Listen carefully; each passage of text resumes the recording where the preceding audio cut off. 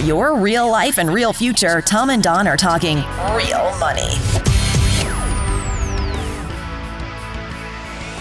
Hi there. It's that time. I think it feels like just yesterday that we did the combo cast, but we're doing another combo cast for you right this very moment. We are putting this down to tape. Yeah, tape. There is no tape. We're putting this into a computer. I got my fancy new Mac Studio. Whoo! That baby kicks. Thing is the fastest computer I've ever owned. It is so fast. I love it. Anyway, we're here to talk about money, not computers. This is not a technology show. This is a show that even Luddites can listen to, like Tom over there. No, Luddites can be on. There's a difference there. Yeah. And then Luddites can even understand it. So thanks for being a part of it. Oh, and by the way, if you didn't go to our YouTube channel recently, our last combo cast was delayed by a couple of days because we had some technical difficulties with the service that records it for us. Tom's face was split down the middle. We had to fix that. Well, Tom insisted. No, I did not. I'd rather have half of my face. Have my face. The good half. But it turned out really good. I bet Tom hasn't even watched it. I have not. We talk about the movie Margin Call, and it's a pretty good piece. I listened to that though yesterday because I wanted to see how it sounded. Yeah, because with you put the clips in there and everything, I wanted to hear how it sounded. Yeah, so it was good. Yeah, I bleeped the podcast version. Yep. I did not bleep the YouTube version. I left the movie intact. And Little as language. you're doing this today, speak to me as though you would to a child or a Labrador retriever. No, golden. In your retriever. case, a Labrador. You have a Labrador. Don't let him hear that. He'll be really. It's hurt. Come He's here. feeling. Come here, Tucker. He'll feel bad. Please don't do that. Is he out there in the hall? He's locked away Can I make him bark? in a soundproof Can I make him bark? booth. No, he's. One of the things that happens during this recording, he's locked away. So all right. So we're not going to talk to the dog, but we are going to talk to you, and we're going to talk to you about something that we talk to you about a lot. Primarily because why do we keep getting this so wrong? Why? Well, not me, you. Why do you keep getting this so wrong? Why do you keep thinking you can beat the market? Why do your stockbrokers keep selling you actively managed mutual funds in the mistaken hope, the totally messed up hope that somehow you're going to outperform what the stock market itself provides in terms of returns? Over and over and over again, you're proven wrong, yet you persist in the pursuit of, I was trying to think of another P word, of pusillanimous profits. I don't even know if pusillanimous works for that, but I'm going to have to look that up. Just because it was the only P word I could think of. It's good stuff. I'm going to have to look up pusillanimous while you're Tom doing that. talks. Yeah, well, and here's the thing. Okay, we believe in investing in index or index-like mutual funds. We are willing to accept the returns of stocks and bonds over the long haul. We decided that. A lot of people decided that. A lot more people decided that in the last 20 years, by the way. It was $1 out of $20 invested sort of passively 25 plus years ago, and now it's like $1 out of $2. So a lot of you. But many of you are still picking stocks because I see your portfolios. Last year was a shocker with the pandemic, the number of people that were picking stocks from, advice they're getting on Reddit, et cetera. And then here's the proof in the pudding. We don't know how all you did because we don't get to look at your returns, but we actually do get to look at the returns of the professionals, the people that get paid a lot of your money to do this. Yeah, the mutual fund managers out there. And the reason we get to look at them is because their track records are public. Yeah. So the numbers are the numbers. In the year 2021, if Ladies you and gentlemen, bought here and are held the numbers. If you bought and held the Standard & Poor's 500, which you've heard us say you should own more than that, but let's, for sake of argument, just go with that. All right. With dividends and everything, if you just bought and held it, you made 28.7% last year. Healthy return. Pretty good. That's from the S&P 500. That's from the S&P 500 biggest growth stocks in America. That's right. That's right. But if you hired, an active manager, somebody to say, well, that's not good enough. I'm going to overweight to, I don't know, Amazon or Apple or whatever. The odds are you picked the wrong thing. You should have been in the index. And here's why. The new numbers are out.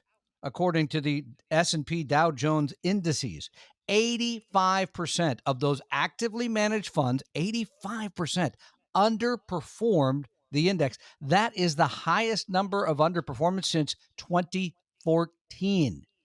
85%. Yes, but Tom, I hate to break this to you, but I'm special. I found the 15% that beat the index. And you had to do it before. My broker picked the one that beat the index, and they're brilliant. They do this. They swear to me that they're actually doing this. I love these numbers. The average, thank you for that, by the way. And You're welcome. I was trying to help. Give them my number, would you?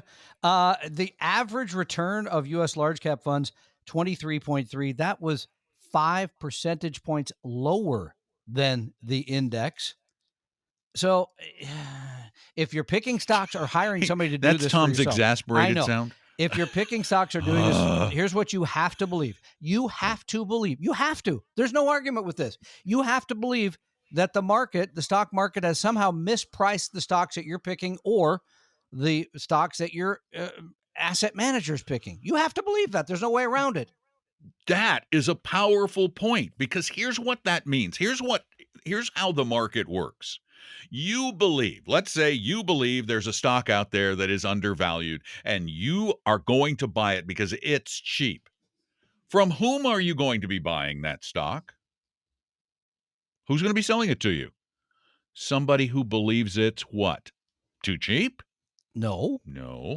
Somebody who may very well, and probably does, have more information than you, who truly believes that it's too expensive. So they're going to get rid of it and sell it to you. Who's right? Well, here's the problem with that. The market ends up being right, because you have so many people selling believing they're too high and so many people buying believing they're too low that they meet somewhere in the middle, and that gives you what is pretty close to a fair value at that time. That fair value can fluctuate down a little bit, up a little bit. That's the market volatility. That is the price you pay for the average annual returns of globally diversified stocks since the 70s, which have been in the double digits. Yeah, so you've without made a lot doing of money. anything. Yeah, okay. So, but just think this through one more step. If you are either doing this on your own or you've hired someone to do it, realize that there are trillions of dollars that are chasing that performance. Most of that money, by the way, is managed institutionally. In other words, it's the professionals that have the resources, the money. They're the ones taking the pictures of Walmart to decide how many shoppers there are. All those things versus you or your fund. It's a very big pool. And you want proof. This came from Building Wealth blog. According to them, the years 2001. One of the blogs I refer to all the time. Oh, okay. 2001. No, I'm kidding. Okay, I didn't know it. 2001 through 2020. 2001 through 2020. That's average investor, the average investor, according to them, made 2.9% a year. 2.9% a year. So is this based on who is this based on? What's the survey that comes out every year? No, that's not. Now you're going to make me forget, but it's not that survey. No. Why do I hate getting old? What's it called? We haven't used it in so many years. Dalbar. Yeah, we haven't heard. That's not Dalbar numbers. Where did they get their numbers? I don't know. They say 2.9, and then they put up on the screen, by the way, to compare that. If you just invested in the S&P 500, 7.5% a year you made. 2.9 versus 7.5. I don't know how much more evidence you need to consider all this. Frankly. And by the by, that 20-year period that they are quoting included 10 years, and they're using the S&P 500, right? That's right, 7.5. So that includes 10 years where the S&P 500 lost more than 1% per year on average. So it had to make all of that additional money to get it up to almost 8. It had to make all that money in just that second 10-year period. The second 10-year period. Yeah. Yep, exactly. And it was a good 10-year period, but not again if you were picking stocks or hiring someone that was picking stocks. Okay, and just very quickly so that we get Yes, this sir. out of the Go way ahead. because it still Yeah. comes up.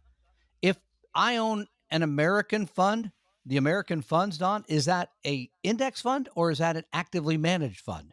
Actively managed funds, Yeah, sir. and for that pleasure of owning that, you're generally paying a commission and a high expense ratio, Five which is and three another quarter problem. percent commission and an expense ratio of about 6 to 7 tenths of % a year, unless of course they put you in the C shares, which have no front commission, but they've had annual fees of well over 1% per year. And we know you can do better because we now use exchange traded funds with no commission, zero commissions, and expense ratio average 0.1. That's 0.1.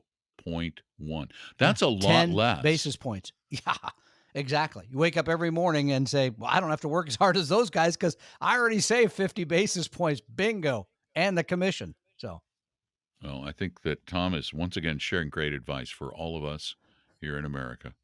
oh, by the way, I forgot to What? mention before we get to the questions.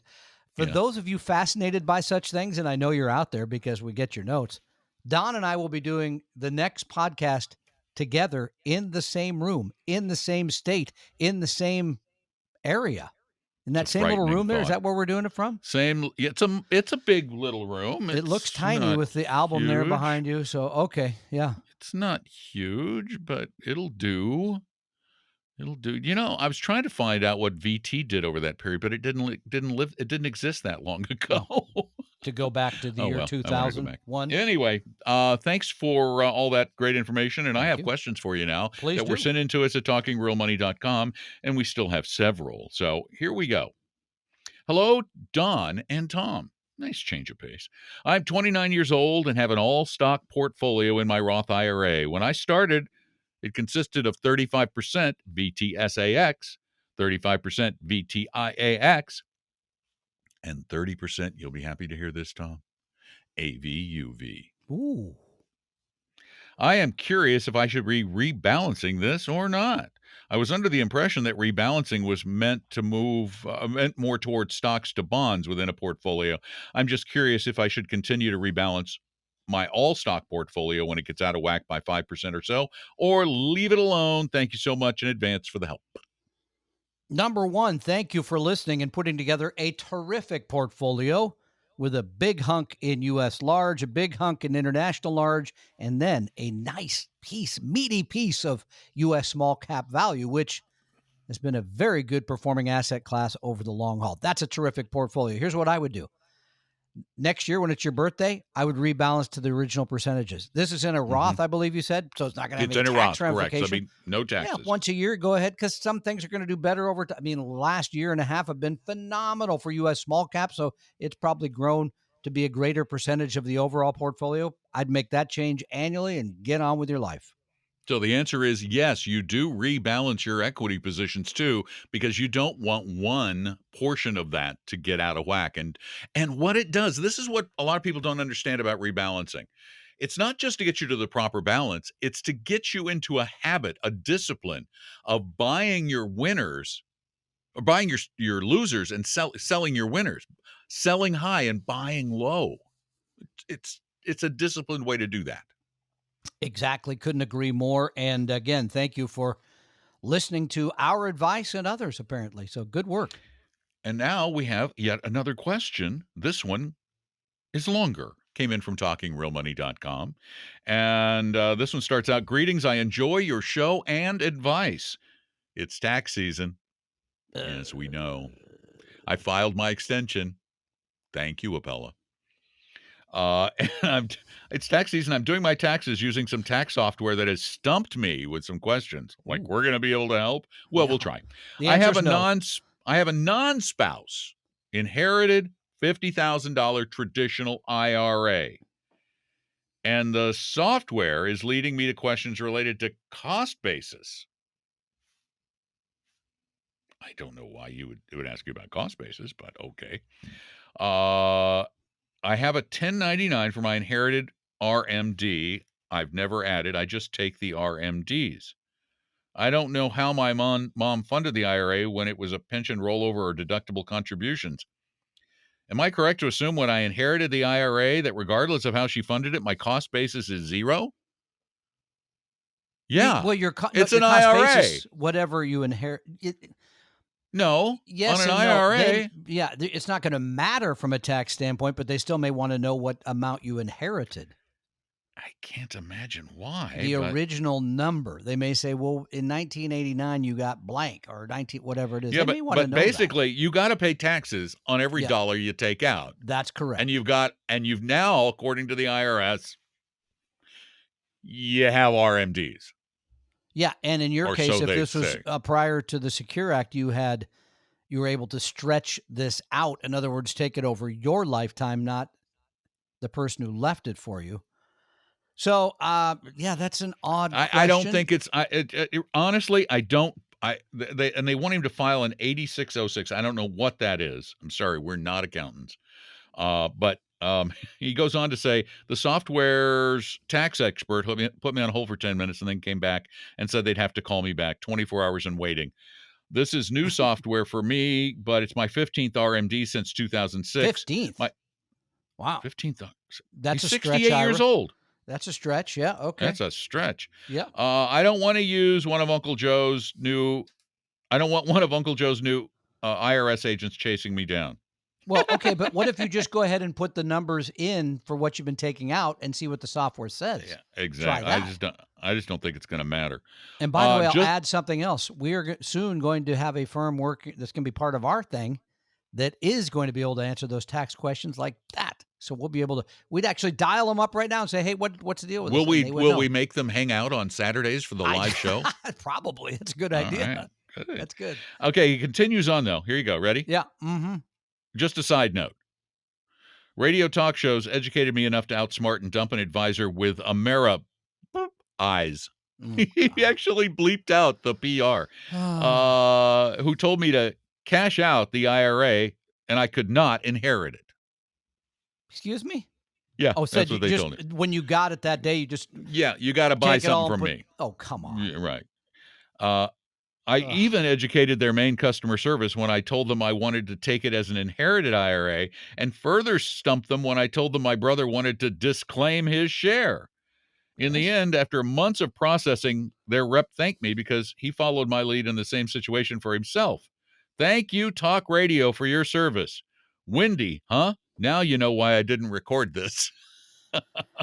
Okay, but that does bring to mind a couple of points. Number one, in terms of the current situation, as I said, I would run the tax return just to see what the impact was, putting the cost basis at zero, as Don suggested. Because you can run online stuff. You can run different. Run it again. And if it turns out you can see an anomaly there, because it should look similar to previous years, you simply increase the amount a little bit. Number two, you know what? When you have an advisor and you think they're a financial advisor and they know everything, they don't. They don't. In many cases, we don't know everything. We have to look things up. We have to ask people. So I think what you did is absolutely spot on. Perfect. Go find somebody else who does know. And no offense to the previously mentioned brokerage house, the person you talk to, likely a salesperson and not an advisor. Oh. Totally a salesperson. And I got one more. Let me just throw this one in. This is really short. It's a question that's come up before, and I think we should answer it. Hi, Tom and Don. Enjoyed the podcast. Regarding your 3 funds at 3 groups recommendations for Fidelity, why don't the zero funds make the list? Does it have to do with diversification? Thank you. Exactly. The funds that we list at Fidelity hold far more stocks.